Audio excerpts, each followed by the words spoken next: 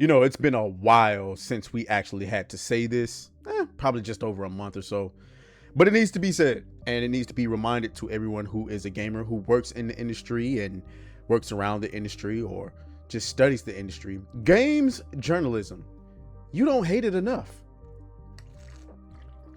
And I tell you what, the more layoffs happen in this field, the better.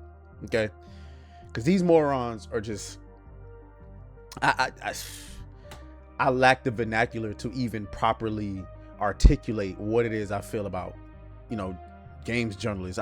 I've hated games journalists ever since Alyssa Mercante. Like, I'll never forget waking up that day, watching Alyssa Mercante go viral, not even knowing who she is, going to her Twitter page and realizing that I'm blocked. I don't even know this bitch. I don't even know who she is, but I'm blocked. And then going through the whole cycle of going back and forth with her. She's suing Smash JT and she gets my channel demonetized and all of that stuff, even though we're back now. It's just, I hate games journalism. And PC Gamer has been one of the primary architects of just straight bullshit when it comes to the video game industry, and we're about to go over that right now. So make sure you like the video, subscribe to the channel. If you're already subscribed, just double check, make sure that you are. Follow me on Twitter, griffgod_, or follow me on Instagram, Atreus_. So this is a viral article that PC Gamer posted on Twitter. And you know what I find interesting? Before we even get into that, I find it hilariously interesting that the very same people, right, who hated Elon Musk love to use his platform. Because I don't see you niggas going viral on Blue Sky. Has anybody even heard from Blue Sky? I don't know about you. When was the last time anybody checked on those psychopaths over on Blue Sky? Right? But I guarantee you, you can look at this tweet right here. It got 1.7 million views on it. I bet you ain't getting that on Blue Sky. So evidently, y'all motherfuckers love Elon. Anyway, let's just get back to it, right? So they put Elder Scrolls Wannabe Tainted Grail, the Fall of Avalon gets a huge update, overhauling its weaker third act with new locations, quests, enemies, and whatever else. Wannabe is crazy. Now, I don't want to grift. I'm not going to sit here and pretend like I knew what this game was. I heard of this game before or anything like that. Okay. I'm not even really a Elder Scrolls fan like that. I played Morrowind. I tried to get into what is it? Not Oblivion, but you know, the one they keep remaking over and over and over again. Tried to get into it. It's just not for me. Sorry. I'll probably try to Oblivion remake or remaster, whatever it is, but it's just not for me. But so, and then like, I was hoping that Avowed could get me into this genre, and it's like, ugh, yikes.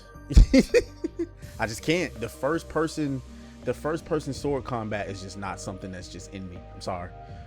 Like, I can't get with it. So anyway, Wannabe is crazy. Wannabe is absolutely insane for what's supposed to be a professional journalistic outlet in the gaming industry. To call a studio in their game and a wannabe is crazy. And you can see right here, legendary drops, whatever, nigga. Y'all know what I'm trying to say. Calling a game a wannabe. Only wannabe I see here is PC Gamer. Wannabe unemployed.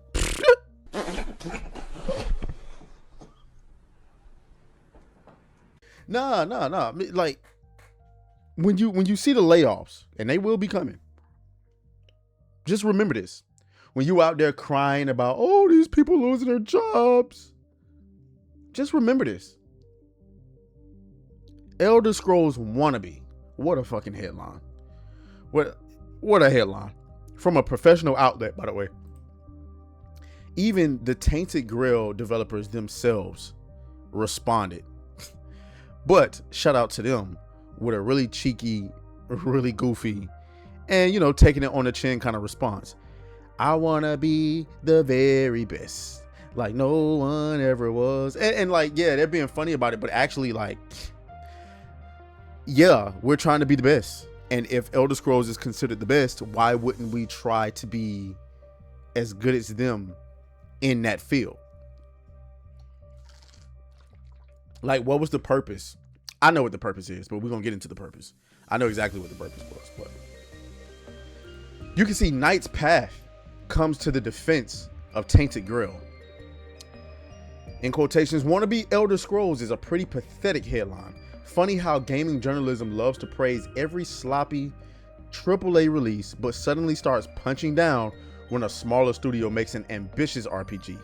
Tainted Grail is a great, unique, and well-received RPG."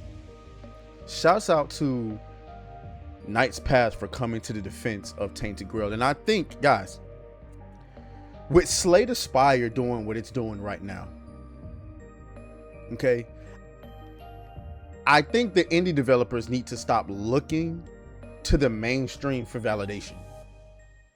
That's going to be the most important thing that independent developers should take out of this period of indie dominance. Stop looking to the mainstream for acceptance. I'm not saying that you can't work with them, because obviously you're going to need to work with the mainstream to get as many eyes on your game as humanly possible. So I would never tell you to boycott them, but stop going to these people. Knight's Path went viral without IGN, without PC Gamer, without Kotaku. Hell, without Jeff Keighley. Okay? Slay the Spire, what marketing did they have? None. And they are dominating. So there's no need to rely on, AAA developers or mainstream media. Just keep doing your thing. Let's keep going though. Chris Avalon says, "One of the best narrative designers I've worked with, put a lot of work into Fall of Avalon, a supposedly wannabe studio.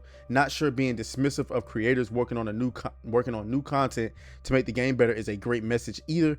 Everyone else, it's worth checking out. Tainted Grail, the story quality is what Dying Light 2 could have been."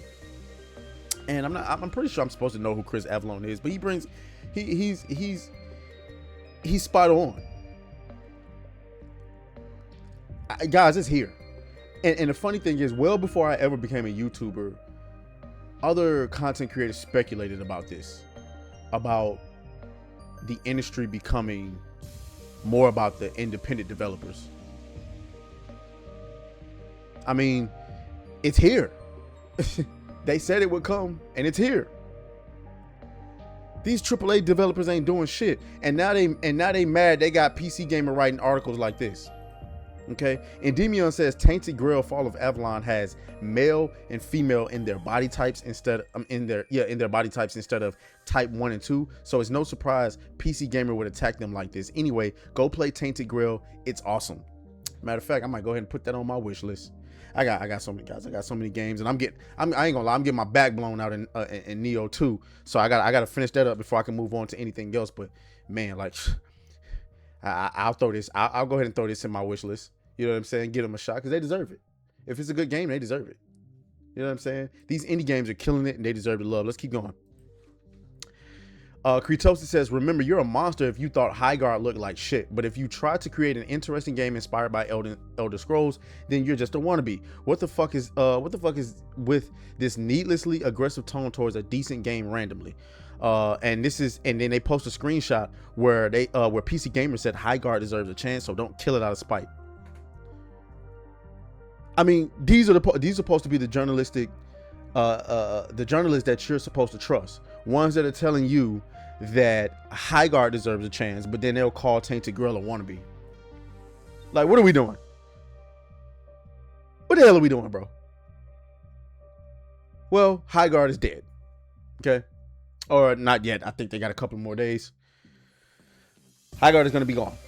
And it must burn you on the inside, the fact that you couldn't save Highguard, and you can't destroy the games that we want. You tried it with Black Myth Wukong. You tried it with Stellar Blade. You just can't. You have no power here. We hold it all.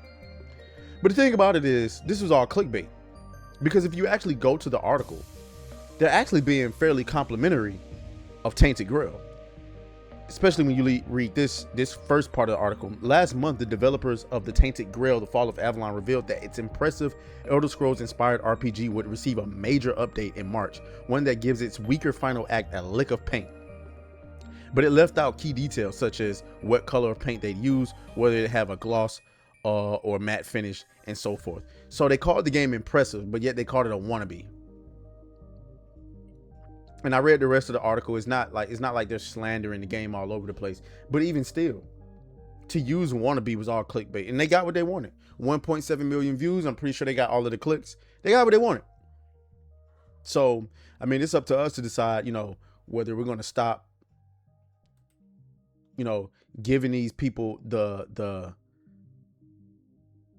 time of day, stop giving them the clicks, stop giving them the attention. So I don't know, y'all let me know what y'all think down in the comments. As always, may the Griffin be with you. I'll talk to y'all later. Oh, fuck you, fuck you, fuck you, fuck you.